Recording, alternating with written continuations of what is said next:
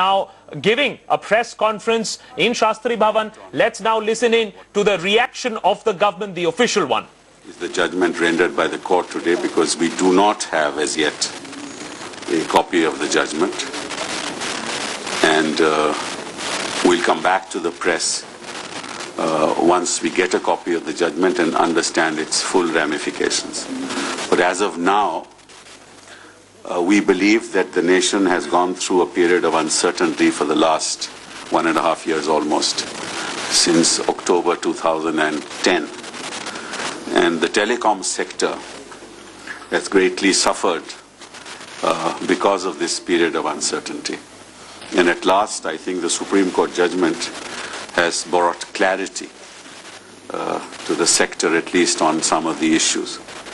And therefore, to that extent, we welcome the judgment of the Supreme Court.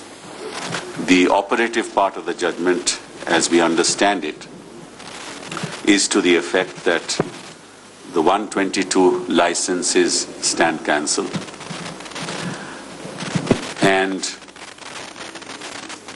the order will not be operative till after a period of 2 or 4 months from the date of the judgment. In the meantime, the TRAI has been asked to prepare guidelines for the purposes of auction of spectrum that will be released on account of the cancellation of the licenses. The government will abide by that judgment. It is the final court, and we accept the verdict of the court. And we are very happy that issues have been clarified. So we will await the recommendations of TRAI and then proceed in accordance with the directions of the court.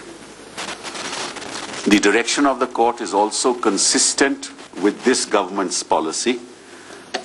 After I took over as Minister for Communications and Information Technology, I had said, if you remember, that now we will de-link the license from the spectrum.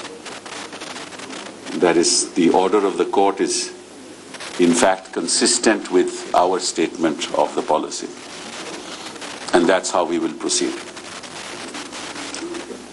The other thing, the other aspect of the judgment, as we understand it, is that the then minister has been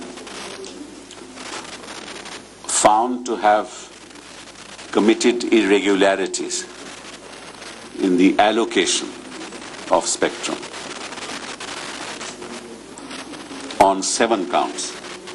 We don't have the details, but that's what we believe the judgment sets out.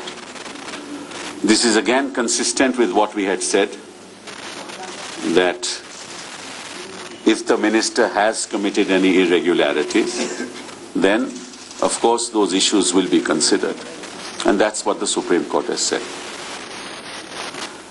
The third aspect is, and this again I am not certain because I have not read the judgment, but I am given to understand that they have indicted the first come first served policy itself. Now, as you know, that was a policy that was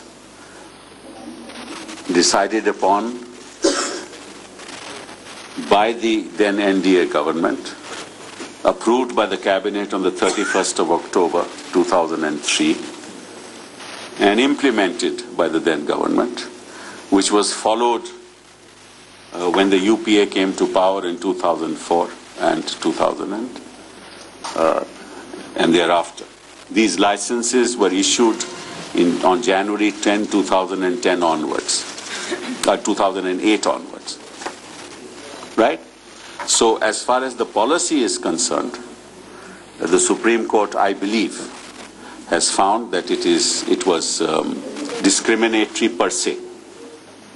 If that be the case, then of course the policy was initiated by the NDA government and was followed by us. But that's what the Supreme Court says. In fact, this sector has been crying for investment.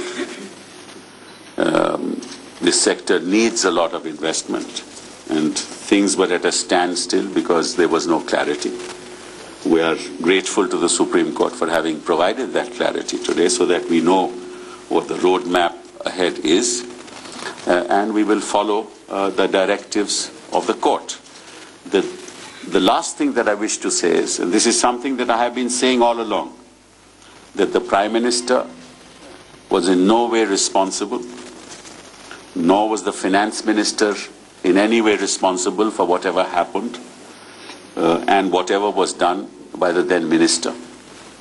And this has been endorsed by the Supreme Court, stating that the then Minister did not heed the advice of the Prime Minister as well as the Finance Minister. Again, this is something that we've been saying. And remember, the first press conference that I addressed talked about policy, procedural irregularities and culpability. On the procedural irregularities, the Supreme Court has said what it has said. On the culpability issue, the matter is being tried by the trial court.